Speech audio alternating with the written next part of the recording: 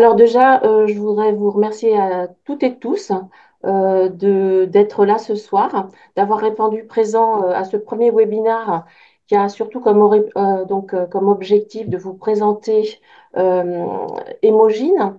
Je voudrais remercier mes co-intervenants qui sont les personnes avec qui je travaille sur le projet, sur les hôpitaux de jour de règles abondantes. Donc il y a le docteur Julia Gouy qui travaille qui est gynécologue médical, qui travaille à la Croix-Rousse. Et puis le professeur Gauthier Chêne, qui est donc chirurgien gynécologue à la FMU. Donc, on va essayer. Donc, un petit peu une première, en fait, ce premier webinaire. Je l'avais euh, imaginé quand on a créé le site Emojine. Donc, je vais rapidement déjà vous parler du site Emojine. Et puis, on va essayer de parler surtout, enfin, ce qui pourrait vous intéresser, c'est un petit peu comment dire, d'éléments sur quel bilan doit-on faire dans les SUA. Avant de parler des étiologies, je vous montrerai en fait, les étiologies qui ont été mises en évidence dans les structures qu'on a montées depuis 2 ans. On parlera, donc c'est là où mes collègues vous apporteront leur expertise. Donc, quels traitements proposer, les traitements symptomatiques, les traitements hormonaux, et puis où les traitements chirurgicaux. Et puis, on va reparler un petit peu du parcours de soins dans la région, mais comme je sais qu'il y a des gens qui viennent de loin, ça peut tout à fait être décliné ailleurs pour essayer d'améliorer l'errance diagnostique des femmes qui souffrent de SUA, parce qu'en fait, on se rend compte que c'est une problématique qui est relativement peu prise en compte. Voilà. Alors. Alors là, juste, on y reviendra. L'idée d'Hémogine, c'était de pouvoir reconnaître et soigner les pathologies liées aux règles abondantes. Donc, on regardera l'intérêt de ce site, c'est qu'il y a il y a un annuaire de professionnels. Là, par exemple, on a répertorié alors, surtout des professionnels qui sont dans la région Rhône-Alpes, mais il y a quelques personnes qui se sont inscrites sur le site.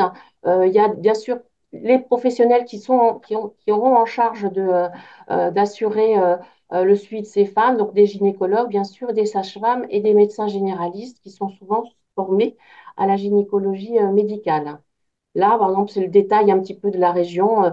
On n'est pas très nombreux, mais je pense qu'il faut qu'on arrive à convaincre d'autres personnes pour se répertorier. L'idée, c'est que le lien ville-hôpital, ce sera, bien sûr, nous, ça peut être à l'origine de nos structures aux Hospices civils de Lyon, mais idéalement, vous pouvez nous adresser les patientes et nous, surtout, on peut vous les renvoyer, bien sûr, parce qu'une fois qu'on a fait le diagnostic, la mise en route du traitement, c'est forcément vous qui pourrez faire le suivi et nous les réadresser si ce n'est pas satisfaisant. Alors, sur ce site, j'y retiendrai, c'est dédié vraiment aux femmes. Euh, c'est adressé, pardon, pour les professionnels, bien sûr, avec un certain nombre de fiches. On y regardera, on regardera, mais ça s'adresse aussi, en fait, aux femmes qui ont une partie qui peuvent consulter. Globalement, c'est à peu près les mêmes contenus pour ce qui est le contenu un peu médical, hein, bon, avec des choses un peu plus simples. On verra, il y a aussi des ressources, des veilles biblio, je vous montrerai ça à la fin. Alors, là, on va aborder un petit peu notre, un peu de théorie sur les règles abondantes. Alors, en fait, maintenant, on parle un petit peu, on parle toujours des ménorragies, mais on parle de saignements utérins anormaux. Bon, c'est un peu une terminologie récente. Je vous rappelle juste il y a vraiment une définition de ces règles abondantes, hein. C'est une anomalie du cycle menstruel avec augmentation de la durée ou de l'abondance des règles, avec des définitions précises. Trop abondante, supérieure à 80 ml par cycle, mais la quantification n'est pas si facile. Trop prolongée, supérieure à 6 jours. Trop fréquente, quand les règles reviennent moins de 21 jours. Alors, en fait, ce n'est pas du tout quelque chose de rare, hein.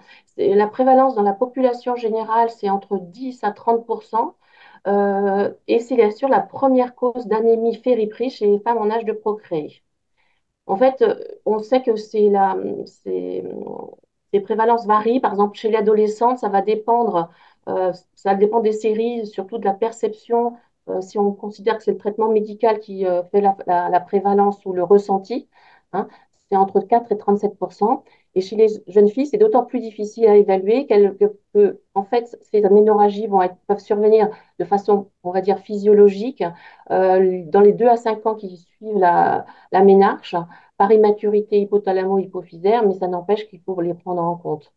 Alors, dans les maladies hémorragiques, je parlerai un petit bon, c'est mon domaine d'expertise, hein, les maladies hémorragiques héréditaires. Si on regarde les études, en fait, ça peut être de l'ordre de 20% de façon assez globale. Alors, en fait, la première étape de prise en charge, ça va être finalement l'évaluation des SUA. Alors, on a à notre disposition un score, hein, qui est un score semi-quantitatif. C'est le plus ancien, mais c'est celui qui est le plus utilisé dans les recommandations. Ça va permettre d'évaluer l'abondance des menstruations, hein. On va compter le nombre de jours, le nombre de protections. Alors, il n'est pas forcément adapté aux nouvelles méthodes de protection comme les cups, les culottes de règles, mais ça, je pense qu'on peut assez facilement transposer. Ça a l'avantage d'objectiver les flux. C'est un outil d'évaluation et de comparaison finalement quand on met en route le traitement. Et on considère qu'il est pathologique quand il est supérieur à 100. Et bien sûr, on va avoir l'autre évaluation, c'est si on regarde la carence martiale, ça va être le taux d'anémie et la ferritine.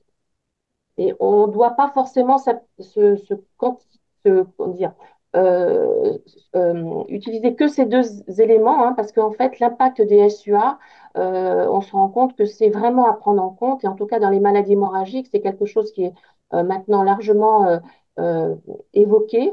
Donc, bien sûr, on va pouvoir prendre en compte la carence martiale, l'anémie périprive, les douleurs, mais il va falloir prendre en compte l'impact sur la qualité de vie et nous, on pourra en parler dans notre expérience. Il y a un impact considérable sur les activités physiques, sportives. Il y a un absentéisme scolaire, professionnel. Et puis, on peut aussi parler de l'impact économique parce qu'il y a une précarité menstruelle, hein. Il y a des associations qui se penchent sur le sujet. Et donc, en fait, la prise en charge est importante parce qu'en fait, on sait que ces SUA vont être d'intensité variable tout au long de la vie génitale. Mais si justement, je vous parlais de l'ordre de la prévalence, il y a des études qui ont montré que on peut considérer que 10 à 20% des femmes pourront présenter des SUA tout au long de leur vie génitale. Donc, quelques éléments, on y reviendra après, hein, l'importance de prendre en compte les souhaits des patients pour avoir une meilleure observance dans les traitements qu'on va proposer, avec vraiment l'objectif donc principal de la prise en charge, c'est d'essayer d'améliorer la qualité de vie. Et c'est parfois ce qu'on est obligé de faire, enfin, d'essayer d'être assez, comment dire, à l'écoute de ce qu'elles veulent pour essayer de convaincre les patientes que c'est l'objectif que l'on se donne quand on prend en charge ces patientes. Et dans tous les cas, je pense qu'on le redira après, ce traitement, bien sûr, doit être réévalué parce que, en fait, les règles, c'est absolument pas linéaire, hein, avant les grossesses, après les grossesses, avec l'apparition éventuellement de maladies gynécologiques. Alors, le bilan de première intention, bien sûr, un interrogatoire. Alors, je pense que je ne vous apprends rien. Les antécédents gynécologiques. Bon, nous, d'un point de vue purement euh, sur le versant maladie hémorragique héréditaire, on peut faire le score de BAT, hein, qui permet de voir si les patientes ont d'autres antécédents hémorragiques en dehors des SUA. L'examen gynécologique n'est pas systématique dans cette indication-là. Par contre, il y aura une indication à faire une échographie pelvienne pour la recherche d'une cause organique, les polypes, les fibromes, on va y revenir, hein, l'adénomiose. Et par contre, l'IRM n'est pas indiquée en première intention, sauf s'il y a des douleurs associées et ou pour cartographier les myomes, on y reviendra plus tard. Alors, le bilan de première intention, euh, il peut être bien sûr biologique. Bien sûr, il va falloir faire une NFS et une ferritine qui suffit au départ pour faire le bilan de l'anémie et ou de la carence martiale. Dans les recommandations, ce sont ces deux tests qui sont préconisés. Alors, le bilan de coagulation, il y a des recommandations qui préconisent bien sûr le TP-TCA fibrinogène, la numération plaquettaire, mais pas seulement. On peut aller d'emblée, en particulier chez les personnes qui n'ont jamais été opérées, de faire un bilan de maladie de Villebrand, le facteur 8, le Villebrand activité antigène, puisque si on se contente du TP-TCA, on n'aura pas forcément les formes modérées ou les formes variantes de la maladie Villebrand, qui est rare, mais qui peut exister. Il va falloir éliminer éventuellement dysthyroïdie par la TSH, même si c'est pas comment dire, les causes les plus fréquentes de SUA. Et on pourra proposer un bilan hormonal, mais pas forcément non plus en première intention, sauf s'il y a des signes d'hyperostrogénie. Et en particulier, si c'est le cas, ça nous permettrait de voir, de pouvoir voir si ça peut être associé à un SOPK avec de la LH qui va être plus augmentée que la FSH et la testostérone augmentée. Alors là, il y a un certain nombre de recommandations. Julia en parlera. C'est des recommandations assez récentes, hein, de 2022, qui donnent en fait les recommandations pour la prise en charge des ménorragies, sur les bilans à réaliser. Là, par exemple, ils disent bien qu'on peut tout à fait faire une recherche de maladies vibrantes. Et puis, il y a les recommandations vis-à-vis des examens complémentaires. Je pense qu'on y reviendra après. Et puis, donc aussi, voilà, ils font des distinguos si les patientes sont déjà sous traitement hormonal. Euh, mais donc, vous pourrez aller consulter ces recommandations qui sont sur le site d'Hémogine. Et puis, aussi, les recommandations relativement récentes euh, du, pour les règles abondantes chez les patientes, les jeunes femmes atteintes de maladies hémorragiques héréditaires, constitutionnelles ou acquises, elles datent aussi de novembre 2022. Et c'est ces recommandations-là qui justifient finalement la prise en charge multidisciplinaire de ces femmes. Euh, Parce que justement, avant, quand elles sont connues, il faut les adresser à des structures ou en tout cas un parcours de soins multidisciplinaire pour pouvoir prévoir les premières règles et surtout le suivi des règles chez ces jeunes femmes. Alors là, un peu rapidement, mais je voudrais juste vous parler de finalement le bilan que l'on a pu tirer de ces premières femmes qu'on a vues depuis janvier 2022. Hein. Vous voyez qu'on est bientôt à 3 ans. On en a tiré déjà aussi une première publication qu'on est en train de soumettre. Il y aura, donc ça, c'est une publication plus sur les maladies hémorragiques, mais on aura une publication, une thèse aussi sur les étiologies. Ce qui est intéressant, c'est que donc sur pratiquement 500 femmes, en fait, voilà, on a mis bien sûr des caractéristiques démographiques, mais ce qui est intéressant, c'est d'avoir pu collecter des traitements qui avaient été reçus avant la consultation. Vous voyez que par exemple, 5% des femmes avaient déjà reçu des culots globulaires pour les ménorragies. Hein. On n'a pas pris celles qui avaient été transfusées sur des accouchements. Par exemple, le traitement martial, en fait, ben, Perros, c'est plus de 73% qui en recevaient, hein, c'est pas la totale, IV 13%. Et comme je vais vous parler des traitements euh, médicamenteux, comment dire, symptomatiques, l'hexacil, par contre, est très peu prescrit, de l'ordre de 30%. Si chez ces femmes-là, il y avait donc une indémie modérée, donc inférieure à 120 G par litre chez 35% des femmes, sévère chez 8% des femmes. Et si on regarde celles qui avaient des carences en fer, bien sûr, il y a presque 60% des femmes qui avaient une carence martiale, sachant que certaines étaient quand même traitées. Euh, et puis, donc, sur les étiologies gynécologiques, en fait, dans 60% des cas, il n'y avait aucune anomalie mise en évidence. Alors, il y a un petit pourcentage où, en fait, elle n'était pas contributive, l'échographie. Mais sinon, sur les causes gynécologiques, en fait, on a trouvé 14% d'adénomiose, 7% de myome ou fibrome et 4% de polype. Concernant les étiologies pathologiques, eh bien, on n'a pas mis en évidence de déficits rares tels que les maladies, l'hémophilie. Par contre, bien sûr, ce qui est le plus fréquent, mais extrêmement rare finalement, c'est la maladie de Willebrand, puisque en fait, dans les formes sévères, c'est moins de 1%, et dans les formes qui sont considérées comme, on va dire, limite, hein, on appelle ça les lots vibrantes, eh bien, on est de l'ordre de 12% des femmes qui ont été quand même dépistées sur des règles abondantes. Alors, pour en revenir Là, mes collègues vous en parleront mieux. Donc, en fait, les étiologies, en fait, il y a une publication de 2023 hein, où on a utilisé, il y a deux types de SUA, les organiques avec l'acronyme PALM pour polype, adénomyose, léomyome et cancer et hyperplasie, et les SUA fonctionnels ou Cohen pour coagulopathie, dysfonction ovulatoire, l'endomètre, iatrogène et les non calcifiés. Ce qui est important aussi, le message on a envie de vous porter, c'est qu'il faut bien sûr une coordination avec les gynécologues, d'autres spécialités, éventuellement les hémostasiens, et puis surtout la réévaluation, ça c'est, je pense, très important. Alors, dans les causes organiques, on va y revenir, hein, c'est les myomes, les polypes, les adénomyoses, sachant que ces pathologies-là sont extrêmement rares avant 30 ans et rarissimes, bien sûr, chez les très jeunes filles. Les troubles de l'hémostase héréditaire.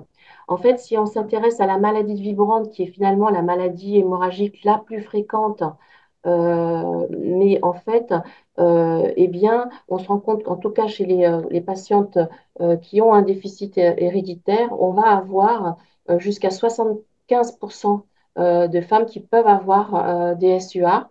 Et en fait, c'est souvent la première cause de révélation de la maladie quand même et la première complication hémorragique. Juste pour, un peu parce que c'est mon sujet. Donc la maladie vivante, il y en a différents types. C'est pour ça qu'on fait des bilans un peu un peu complets. Il y a les types 1 ou type 3 qui sont les déficits quantitatifs, pardon, et les déficits qualitatifs qui sont liés, enfin qui sont en fonction de l'anomalie fonctionnelle du facteur Willebrand. On appelle ça la 2A, 2B, 2M, 2N. C'est important quand même parce qu'on a besoin d'adapter les traitements éventuellement. Et c'est pour vous montrer aussi que, en tout cas, chez les patientes qui ont des maladies de Willebrand, ça, c'est des papiers qui sont quand même sortis, les patientes auraient quand même 20% de plus d'hystérectomie que chez les patientes non, sans maladie héréditaire. Donc, d'où l'importance quand même de les dépister et en tout cas, de les soigner vis-à-vis de leur SUA. Les anomalies fonctionnelles, alors c'est la grande majorité des cas, hein, c'est ça qui est un petit peu perturbant, j'aurais envie de dire, et ce pourquoi on va peut-être devoir chercher des choses, parce que donc ça va être lié à une anovulation, une dysovulation, avec souvent ce qui se passe, c'est que ben, en fait, sans ovulation, l'endomètre poursuit sa croissance sous l'influence des œstrogènes, et là, l'endomètre très épaissi va être responsable des règles très abondantes, et ça, c'est vraiment euh, quelque chose qui est extrêmement, enfin relativement fréquent dans le post-ménarche précoce, mais ça peut être jusqu'à 5 ans. Et alors, très intéressant, je pense que ça, c'est quelque chose on en reparlera, mais c'est important à avoir aussi en tête que les femmes sous anticoagulants oraux, ou essentiellement, en fait, elles vont avoir des SUA qui peuvent survenir au moment de l'introduction, au cours de traitement. C'est pas quelque chose, c'est apparu quand on s'est rendu compte, enfin, pas dans les grosses études de mise en place de ces traitements, mais après, on s'en est rendu compte. Et en fait, il y a des publications assez récentes qui montrent que entre 20 à 40% des femmes sous anticoagulants oraux directs présenteraient des SUA qui impactent de façon péjorative leur qualité de vie. Alors, c'est forcément plutôt celles qui vont avoir des traitements au long cours, mais dans les deux cas, si c'est à l'introduction du traitement ou si c'est apparaît tout d'un coup au moment de façon assez étonnante, eh bien, il ne faut pas hésiter à faire une exploration justement gynécologique parce que souvent, ça peut révéler une pathologie gynécologique, d'autant que ça peut être des traitements qui sont justement euh, donnés plus après 35 ans et plus rarement chez les jeunes femmes.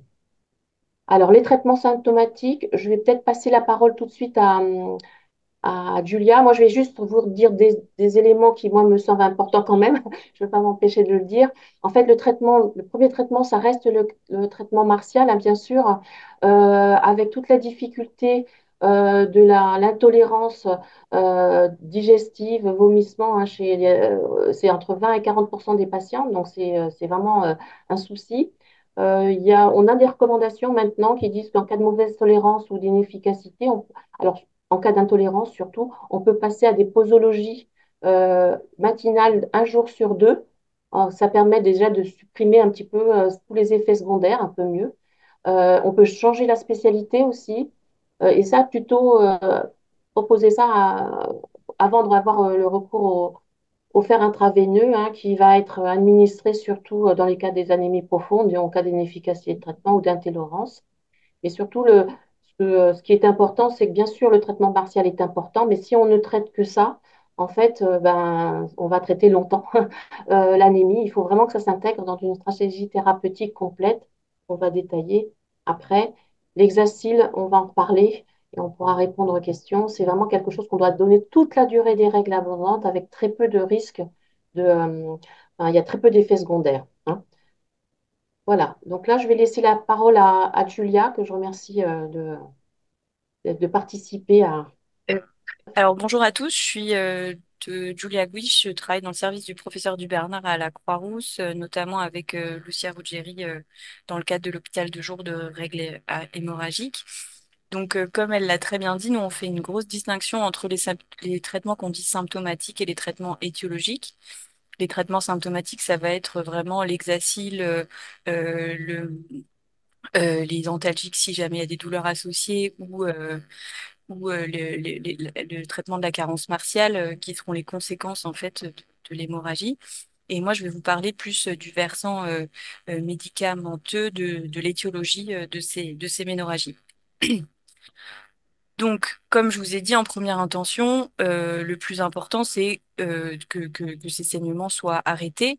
Donc, encore une fois, il y a le premier versant sur les traitements symptomatiques avec l'acide tranexamique antifibrinolytique pour baisser la quantité. Donc, ça va pas arrêter les saignements, mais ça va baisser la quantité de saignements.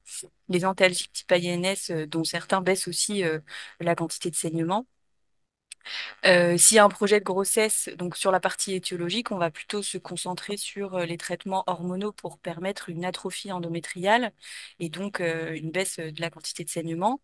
C'est vrai que la pilule, quand il y a un projet de grossesse, bah, c'est quand même pas ce qu'il y a de plus pratique. Donc souvent, ce qu'on fait, c'est qu'on essaye le Dufaston euh, pardon, progestatif pur 12 jours par mois, mais c'est vrai que l'atrophie, elle est quand même moindre quand c'est des traitements de courte durée comme ça. Après les traitements hormonaux, en première intention, c'est les œstroprogestatifs, les SIU ou les progestatifs seuls. Voilà. Je ne vais pas trop m'attarder sur les patientes qui sont déjà sous anticoagulants parce que Lucia en a déjà vous en a déjà dit quelques mots. Principalement, Oui, ce qu'il faut garder à bonjour. l'esprit, c'est que une découverte de ménorragie chez une patiente sous anticoagulant, ça peut être la conséquence des anticoagulants, mais aussi être révélateur d'une pathologie sous-jacente. Donc, une échographie est quand même très importante dans ces cadres-là. Donc l'avantage des différentes classes thérapeutiques, donc l'acide tranexamique, c'est quand même efficace pour la majorité des patientes, pour plus de la moitié des patientes, mais ça peut causer des nausées. Les œstroprogestatifs, c'est efficace dans 75% des cas, mais il y a quand même beaucoup de contre-indications dont on parlera juste après. Et le SU hormonal au lévonorgestrel à 52 mg en tout cas, il est efficace, mais c'est vrai qu'on peut observer des troubles de l'humeur, de prise de poids, choses comme ça. Donc rapidement sur les œstroprogestatifs, les contre-indications, le collège avait fait en 2018 avait fait ce tableau que je trouve assez clair et facile à garder en mémoire. Donc il y a les grosses contre-indications artérielles et puis les contre-indications veineuses. En soi, les antécédents familiaux au premier degré d'infarctus, d'AVC, c'est une contre-indication à vie pour la patiente. L'hypertension artérielle aussi, qu'elle soit traitée ou non. La dyslipidémie non contrôlée aussi.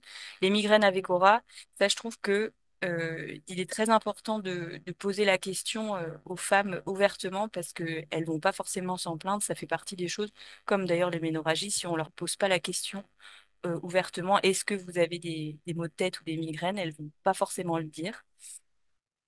Et pour les facteurs veineux, la thrombophilie biologique connue et les antécédents en premier degré avant 50 ans. Donc, je ne sais pas si vous connaissez le docteur Linné qui est à Paris, qui fait des fiches très bien sur une synthèse des recommandations des différentes sociétés savantes, que ce soit l'HAS, l'OMS ou la CDC. La CDC a sorti des nouvelles recommandations là en août. Euh, donc, elle a fait un tableau que je trouve très clair sur ces synthèses-là en fonction des facteurs de risque et en fonction des différents contraceptifs. En gros, toujours pareil, hein, l'infarctus c'est interdit, l'hypertension, si elle est contrôlée, suivie, ça peut être modéré, pas forcément recommandé, mais voilà, le lupus c'est contre-indiqué s'il y a des anticorps antiphospholipides, les céphalées, migraines avec cora, dans tous les cas c'est contre-indiqué, etc., etc. Donc les avantages et les inconvénients des œstroprogestatifs. Donc les avantages, c'est bah, pour nous, en ce qui nous concerne, c'est surtout la diminution des ménorragies et des dysménorrhées le cas échéant, de régulariser les cycles en cas de prise en discontinu, diminution des kystes fonctionnels ovariens sur un repos ovarien dû à la prise œstroprogestative, l'amélioration de l'acné et diminution des cancers de l'ovaire, de l'endomètre et du côlon. Les inconvénients, c'est nausées, prise ou perte de poids, irritabilité, mastodynie, qui souvent sont quand même réversibles, hein, les mastodynies. Je trouve que principalement, c'est à l'introduction et puis après, avec le temps, un équilibre hormonal se retrouve et les mastodynies rentrent un peu dans l'ordre. Le spotting et les modifications cutanées. Donc, en première intention, c'est une patiente qui consulte pour des ménorragies. En l'absence de contre-indication, ce sera les œstroprogestatifs parce que c'est ce qu'il y a de mieux toléré. L'aménorrhée, si elle veut, si on souhaite obtenir une aménorrhée et pas une prise en discontinue, il faudra mieux opter pour des œstroprogestatifs à 30 gamma destinés l'œstradiol. Parce qu'à 20 gamma, c'est pas suffisant. Souvent, on observe des spottings à l'enchaînement des plaquettes. En première intention, il faut toujours prescrire des deuxième génération, donc celles avec du lévonorgestrel, et donc type avec du lévonorgestrel ou alors le norgestimate pour l'acné, qui sont aussi possibles à prescrire en première intention, même si non remboursés. En cas de contre-indication aux œstroprogestatifs, donc ce sera des progestatifs seuls, le SIU ou lévonorgestrel est recommandé aussi en première intention selon le collège, on en parlera juste après. Le désogestrel, chez les patients qui ont des grosses ménorragies, l'aménorrhée est souvent très peu obtenue. Euh, et là, et c'est pareil pour l'implant contraceptif. Donc, il y a des spottings qui sont souvent observés. Par contre, Slinda ou Dienogest, donc Slinda, c'est de la drospirenone, je suis désolée, j'aurais dû écrire drospirenone, sont peut-être plus mieux tolérés. La drospirenone, l'inconvénient, c'est que ça n'est pas remboursé. Et le Dienogest, l'AMM, c'est pour l'endométriose principalement, mais souvent on retrouve quand même de l'adénomiose chez ces patientes, donc ça peut rentrer dans ce cadre-là. Donc j'ai fait un petit aparté sur la drospirénone, qui est un dérivé de la spironolactone, donc il y a des avantages théoriques. Ça améliore le profil de saignement, le rythme c'est 24 plus 4, mais on peut le prendre aussi en continu. Si des spottings sont toujours observés, on peut enlever ces 4 derniers comprimés placebo et puis enchaîner les 24 comprimés actifs.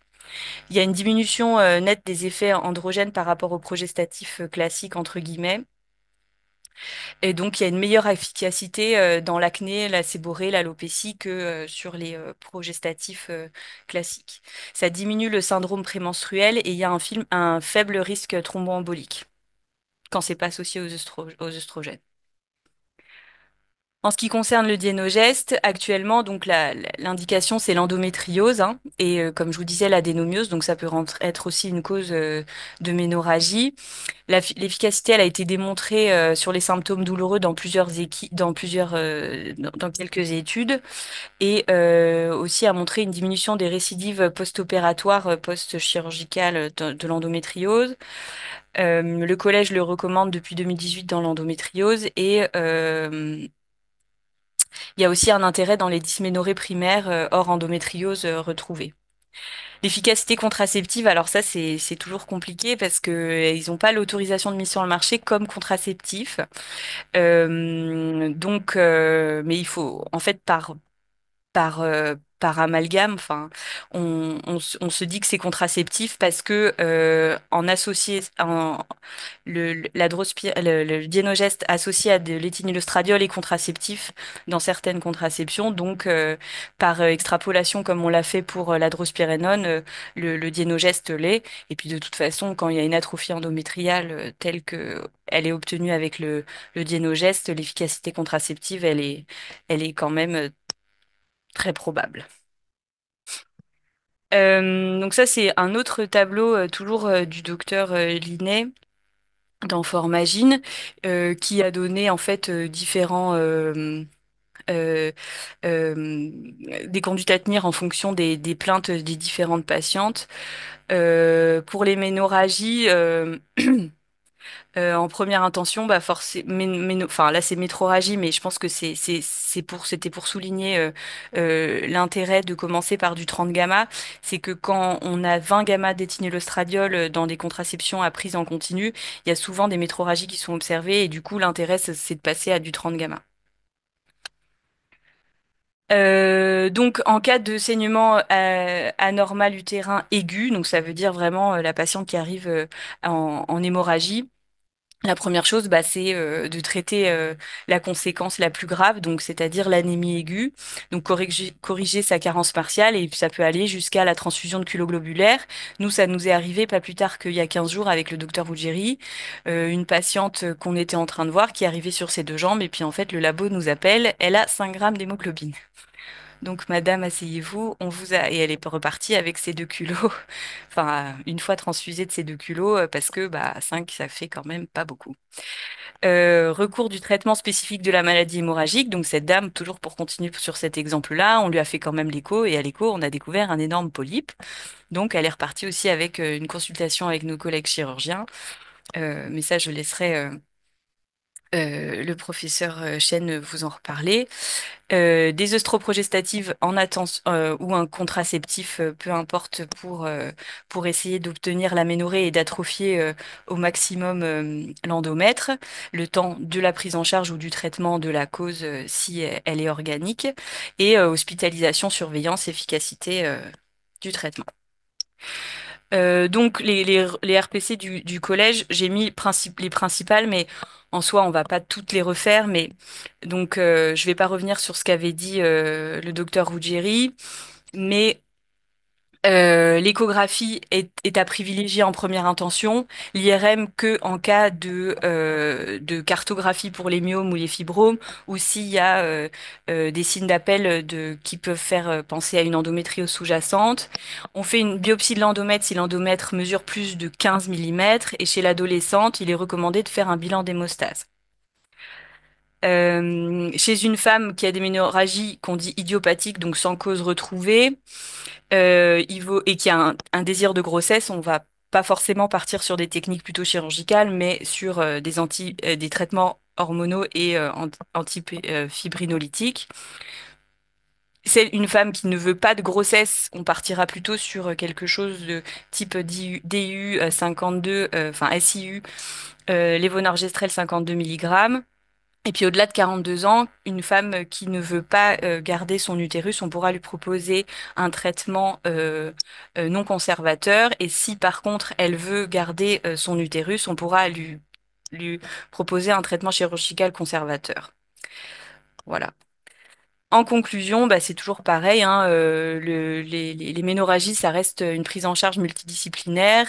Ils peuvent être d'intensité variable avec des conséquences plus ou moins importantes et avec une qualité de vie qui peut être jusqu'à très altérée.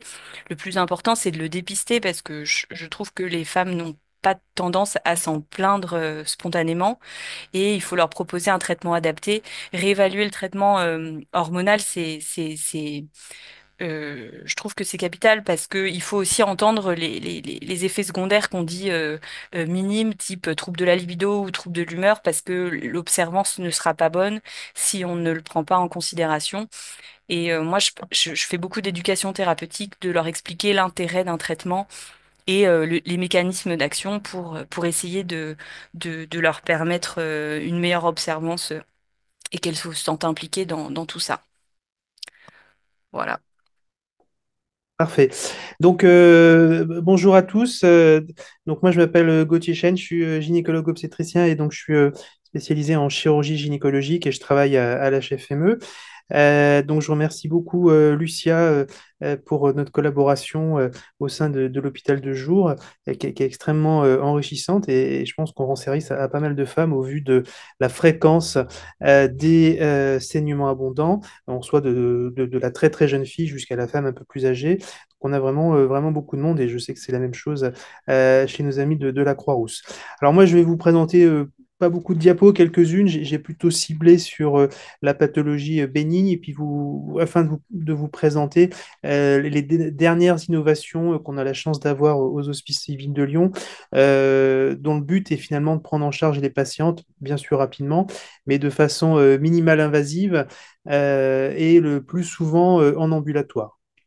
Alors, comme vous a dit Julia, en fonction du bilan étiologique, eh bien, on peut par exemple mettre en évidence des polypes ou des fibromes de type 0, 1 ou 2. Alors, vous avez ici en bas de l'écran la nouvelle classification, enfin, qui remonte déjà, elle remonte à 2011 mais qu'une classification internationale et qu'utilisent bien sûr nous gynécologues, mais évidemment aussi nos amis radiologues pour décrire les fibromes. Et vraiment, je vous invite à l'utiliser, à la connaître. Hein, c'est pas compliqué de l'avoir dans un coin de votre ordinateur au départ, et puis après on l'apprend assez rapidement. Vous voyez que les fibromes en fait ont été catégorisés en fonction de leur localisation anatomique avec un numéro, et ça va de 0 jusqu'à 7. Et pour nous, chirurgiens, c'est extrêmement important de savoir de quel fibrome on parle, puisque bien souvent, il n'y a pas un fibrome, mais il y en a plusieurs. Puisque derrière, quand on va proposer à la patiente une prise en charge chirurgicale, eh bien, en fonction de la localisation du fibrome, eh bien, l'abord chirurgical ne sera pas le même. Par exemple, pour les fibromes de type 0, 1 ou 2, donc c'est de cela dont je vais parler tout de suite. La prise en charge, elle se fait par voie hystéroscopique, par voie vaginale et hystéroscopique. Vous avez ici un exemple d'une sonde hystéroscopique pour aller prendre en charge ces patientes. Alors que les fibromes, à partir du type 3 jusqu'au type 7, la prise en charge, elle est par voie abdominale, donc célioscopique, robotique, parfois laporotomique. Voilà, donc l'abord est important et c'est vraiment important de savoir de quoi on parle. Donc, pour les polypes et les fibromes de type 0, 1 ou 2, eh bien, le diagnostic il se fait à l'échographie. Je vous ai mis ici une image échographique. On voit bien ici l'endomètre hein, qui est très fin. Puis d'un seul coup, on voit cette lésion un petit peu hyperéchogène, enfin en tout cas développée aux dépens de l'endomètre. Et là, c'est typiquement un aspect de polype. Alors, assez souvent, les patientes, quand elles viennent dans notre hôpital de jour, ou même quand elles viennent en dehors de l'hôpital, mais en consultation, qu'on fait l'échographie, elles ont des saignements et parfois on est embêté entre savoir si c'est simplement un caillot de sang ou si c'est un polype ou un fibrome. Et dans ce cas-là, on peut proposer et réaliser ce qu'on appelle une hystérosonographie. Donc c'est une échographie pendant laquelle on va injecter du sérum physiologique. Donc, c'est pas très compliqué à faire, il faut avoir le matériel simplement. On va mettre un petit cathéter au niveau du col de l'utérus. On a notre sonde d'écho et puis en même temps qu'on fait l'échographie, eh bien, on va tout simplement injecter le sérum physiologique qui va faire du contraste et on va pouvoir savoir si c'est un caillot, si c'est un fibrome, si c'est un polype. Voilà. Donc, une fois qu'on a fait notre diagnostic radiologique et qu'on est sûr que c'est un polype ou un fibrome, eh bien, derrière, même si on va proposer dans un premier temps, comme l'a rappelé Julia, un traitement médicamenteux, notamment hormonal, pour essayer, et bien sûr avec souvent de l'acide tranexamique pour limiter les saignements, il va bien sûr falloir traiter la cause et aller enlever ce fibrome ou ce polype. Donc la technique, elle se fait par hystéroscopie, elle se fait volontiers en ambulatoire. La patiente rentre le matin et elle sort le soir même. On fait ça sous une courte anesthésie générale ou sous anesthésie, mais on fait de plus en plus sous anesthésie locale, hein, c'est possible. Et vous voyez, c'est ce que j'ai mis ici, hein, quand la taille est finalement assez petite, 2 cm, eh bien, on peut tout à fait le faire sous anesthésie locale. Là, j'ai mis ici, juste sous l'image du polype qu'on voit en hystéroscopie, cet instrument hein, qui est en fait une lame mécanique. Hein, donc, on appuie sur un petit bouton et puis ça va simplement couper des petits morceaux de polype ou de fibrome. Et puis, vous voyez en dessous, sur la même image, un petit orifice qui est un système d'aspiration, et donc ça va aspirer les petits copeaux qu'on a enlevés. Donc ça se fait sans douleur. On peut le faire dans une salle en hors bloc, hein, c'est-à-dire en dehors même du bloc opératoire ou au bloc si on le souhaite, mais ça peut vraiment se faire sous anesthésie locale. La seule contrainte, c'est la taille, hein, du polype et du fibrome. Il faut que ça fasse moins de 2 cm, parce qu'au-delà, c'est bien sûr plus gros, plus long, plus difficile et forcément un peu plus douloureux. Et dans ce cas-là, on va volontiers euh, proposer une prise en charge sous rachianesthésie ou sous anesthésie générale, toujours en ambulatoire. Et vous voyez ici la photo du bas, on voit le fibrome avec une anse, hein, et on va faire passer un courant électrique à ce niveau-là, et on va enlever des petits copeaux de fibrome régulièrement, et puis qu'on va également aspirer pour au final enlever complètement le fibrome. Le deuxième point, c'est donc l'adénomiose, hein, et alors j'ai mis sur la même diapositive ménorrhagie fonctionnelle. Alors c'est pas la même chose pour autant, mais quelque part au niveau chirurgical, le traitement est le même. Donc l'adénomiose, hein, vous savez que c'est une forme d'endométriose intra-utérine qui peut être isolée et qui concerne de 20 à 30% des patientes, mais qui peut aussi s'associer à l'authentique endométriose pelvienne profonde. Donc le diagnostic, il se fait par échographie. Vous avez ici une image échographique, donc il y a différents critères. En particulier, on sait que la face postérieure de l'utérus est plus épaisse que la face antérieure. Il y a un aspect hétérogène. On peut voir des cryptes d'endomètre au niveau de notre myomètre. Enfin voilà, il y a différents critères. On peut s'aider bien sûr de l'IRM si besoin pour faire ce diagnostic d'adénomiose. En ce qui concerne les ménorrhagies fonctionnelles, ben, comme leur nom l'indique, on a fait notre bilan radiologique, volontiers échographique, et on ne trouve pas de cause évidente. Et donc, on va proposer, dans un premier temps, comme l'a rappelé Julia, un traitement médical. Mais en cas d'échec, eh bien, on peut en arriver au traitement chirurgical. Alors, le traitement dont je vais parler, il y en a plusieurs. Après, tout dépend de ce que souhaite la patiente. Si elle veut que l'on conserve son utérus, eh bien, il y a un traitement qui est très intéressant, qui est très bien toléré, qui s'appelle, enfin, vous voyez le terme, hein, thermodestruction ou thermocoagulation de l'endomètre. Donc, ça veut dire quoi tout ça? Mais vous avez ici quelques images qui vous montrent de quoi il s'agit. Donc, ce sont des dispositifs, hein, à usage unique.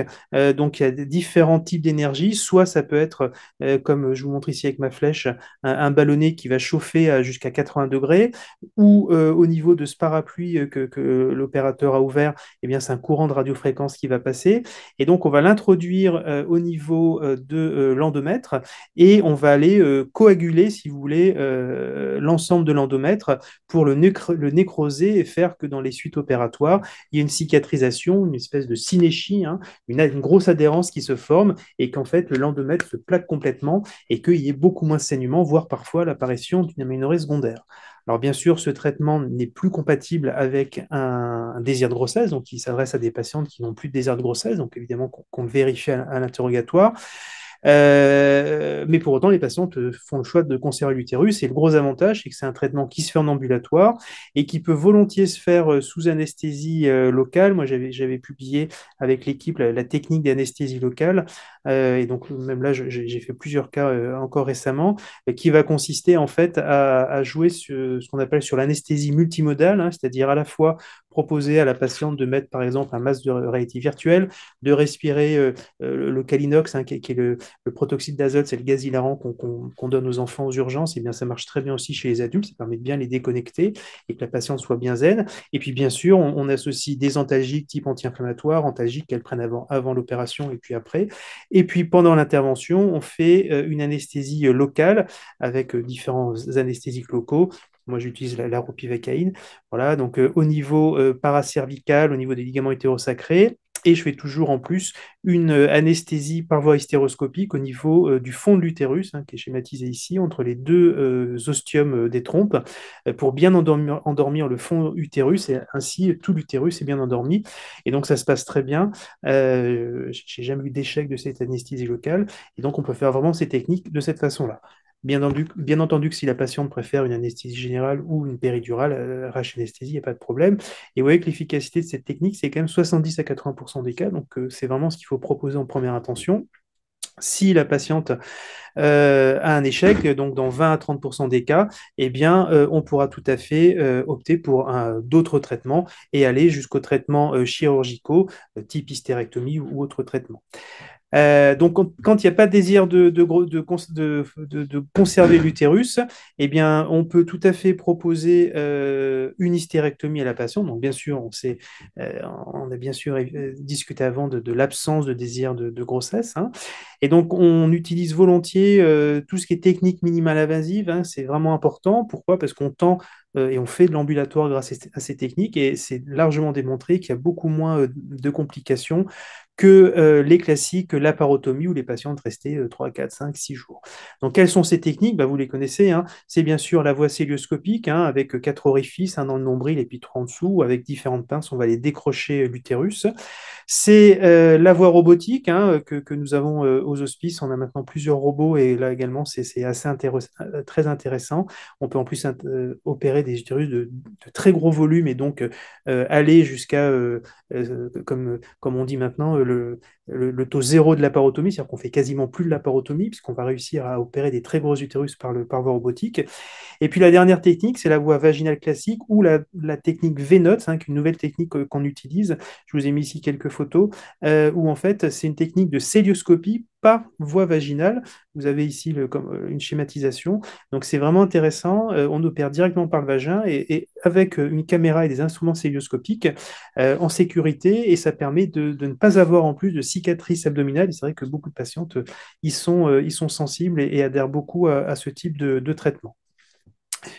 Pour les autres fibromes, donc vous voyez à nouveau mon schéma, hein, de 3 à 7, donc je vous l'ai dit, là, dans ce cas-là, c'est une prise en charge qui est volontiers abdominale. Alors là, c'est important de faire l'échographie, mais aussi d'avoir ce qu'on appelle une cartographie à l'IRM. Pourquoi? Parce que bien souvent, il n'y a pas un, mais plusieurs fibromes, mais il faut vraiment qu'on sache leur taille, leur localisation précise. Et donc l'IRM est vraiment avantageuse, et moi, je demande toujours une IRM quand je prends en charge des fibromes. Alors là, également, plusieurs solutions. Si la patiente a un désir de grossesse, eh bien, il y a différentes techniques, dont celle-ci, dont je voulais vraiment vous parler parce que je la développe beaucoup au sein des HCL. C'est la technique de myolyse par radiofréquence. Donc, bien que ce soit, je viens de vous dire que c'était une voie abdominale, bien on peut quand même la prendre par voie vaginale. Donc, de quoi s'agit-il? Eh bien, en fait, on a une petite aiguille, hein, qu'on va clipser sur notre sonde d'échographie et par voie vaginale, on va voir les fibromes, hein, que vous voyez ici, hein, et on va introduire, alors là, ça se fait quand même sous anesthésie générale ou anesthésie, parce que c'est un peu douloureux, on va introduire l'aiguille dans le fibrome que vous voyez ici. Et puis, on va envoyer un courant de radiofréquence qui va détruire 1 cm3 à chaque fois qu'on appuie sur la pédale pour envoyer le courant. Et on va comme ça détruire l'entièreté du ou des fibromes. Alors, la technique est vraiment intéressante, elle conserve l'utérus, elle se fait en ambulatoire, sous anesthésie, comme je l'ai dit, avec un court arrêt de travail derrière, et on peut traiter, alors, la taille des fibromes est limitée, on ne peut pas faire des 15-20 cm, mais en tout cas des 7-8 cm sans aucun problème. Et il y a un changement de paradigme sur l'idée qu'on a de la prise en charge des fibromes en chirurgie, c'est-à-dire qu'on ne va pas enlever le fibrome, on va le laisser sur place, mais on va le détruire. Et j'aime bien cette image là, que je vous ai mis ici, hein, de la pastèque, hein, qui devient un abricot au fur et à mesure du temps. Et vous l'avez ici avec les 3 images, hein, qui vous montrent que progressivement, le fibrome qu'on a nécrosé va justement se nécroser progressivement pour de 5, 6, 7 cm, eh bien, mesurer in fine moins d'1 cm. Alors, il ne va peut-être pas complètement disparaître, mais c'est pas grave, il ne sera plus actif, il sera tout petit, il ne gênera pas la patiente. Donc ça, c'est vraiment une technique intéressante, sans cicatrice, par voie vaginale et qu'on développe beaucoup. À côté de celle-ci, il y a bien sûr la classique technique de myomectomie, de polymyomectomie, qu'on essaie de faire, encore une fois, par technique minimale invasive, célioscopie au robot, hein. Vous avez ici quelques images. On le fait en plus en sécurité. On a maintenant ce qu'on appelle des sacs, hein, dédiés où on va pouvoir mettre les différentes pièces opératoires dedans et puis on va pouvoir couper en petits morceaux, hein, avec ces systèmes de morcellateurs, ça s'appelle. On va couper en morceaux le fibrome et puis les retirer pour éviter, encore une fois, ne plus faire de la parotomie où on sait que c'est douloureux, les patients restent longtemps hospitalisés avec des arrêts de travail qui sont très longs. Donc vraiment, on tend vraiment vers ces techniques minimales invasives. Il y a une place pour l'embolisation radiologique. Alors, j'ai malgré tout mis un point d'interrogation, puisque vous savez que ça peut être plus ou moins décrié quand il y a un désir de grossesse, en fonction de la taille des billes qui sont injectées. Il a pu arriver que certaines billes aillent au niveau de la vascularisation ovarienne et puissent entraîner des problèmes d'insuffisance ovarienne. Donc, c'est pour ça que ce n'est pas forcément ce que l'on propose en première intention. Quand il n'y a plus de désir de grossesse, que la patiente a plusieurs fibromes, bon, bah, plutôt que d'enlever les fibromes, on sait que c'est plutôt l'utérus globalement qui gêne. Et puis surtout, on enlève un fibrome, on sait que 3, 4, 6 mois plus tard, un autre va apparaître. Et bien, on va volontiers vers la technique d'hystérectomie en conservant toujours les ovaires, hein, pour ne pas entraîner ménopause induite, hein, chez ces patientes qui sont jeunes, hein, qui ne sont pas ménopausées. Et là encore, on essaie au maximum d'utiliser toutes ces techniques minimales invasives dont je vous ai parlé, la cellio, le robot. La voie vaginale peut être utilisée, mais parfois c'est plus difficile parce que l'utérus est très gros et pour extraire un utérus par voie vaginale, c'est un peu plus difficile. Donc on est souvent un peu plus à l'aise en voie célioscopique et en voie robotique. Voilà, moi j'ai terminé ma présentation. Je vais redonner la parole à Lucia. Vous avez mon mail si vous avez besoin de précision. Puis bien sûr, je répondrai à vos différentes questions. Voilà, sur l'idée de la prise en charge qui nous est demandée multidisciplinaire, donc on a donc créé ces deux structures, hein, d'abord la Croix-Rouge, la HFME, avec l'idée de pouvoir proposer le bilan qui est finalement recommandé, alors plutôt chez les jeunes filles par rapport au bilan biologique, mais on peut faire un bilan biologique, on fait un examen, enfin une consultation gynécologique, une échographie utérine et une consultation en spécialiste d'hémostase, plus pour interpréter finalement les bilans. Et puis derrière, l'idée, c'est vraiment d'essayer de trouver le traitement le plus adapté à chaque femme, parce que voilà, il y a les traitements symptomatiques que l'on peut leur proposer à toutes, mais il y a les traitements hormonaux qui sont parfois actuellement pas forcément, qui n'ont plus le vent en poupe, hein, chez les jeunes femmes, donc en fonction de leur souhait de grossesse, de leurs antécédents, avec des fois on propose l'IRM pelvienne et la consultation chirurgicale selon la, chaque femme en fait. Donc là, je vous ai remis, vous pourrez, si vous mettez règle abondante, on a donc un portail, hein, qui permet que les patients prennent rendez-vous pour les hôpitaux de jour. Alors voilà, c'est pas, comment dire, c'est pas du tout, on veut pas forcément voir toutes les femmes, hein, mais l'idée, c'est de pouvoir prendre en charge plus facilement, qu'il y ait un parcours de soins. Et c'est pour ça que j'ai voulu, comment dire, imaginer ce site et puis qui doit se développer, hein, vraiment spécifiquement dédié aux femmes qui ont des règles abondantes.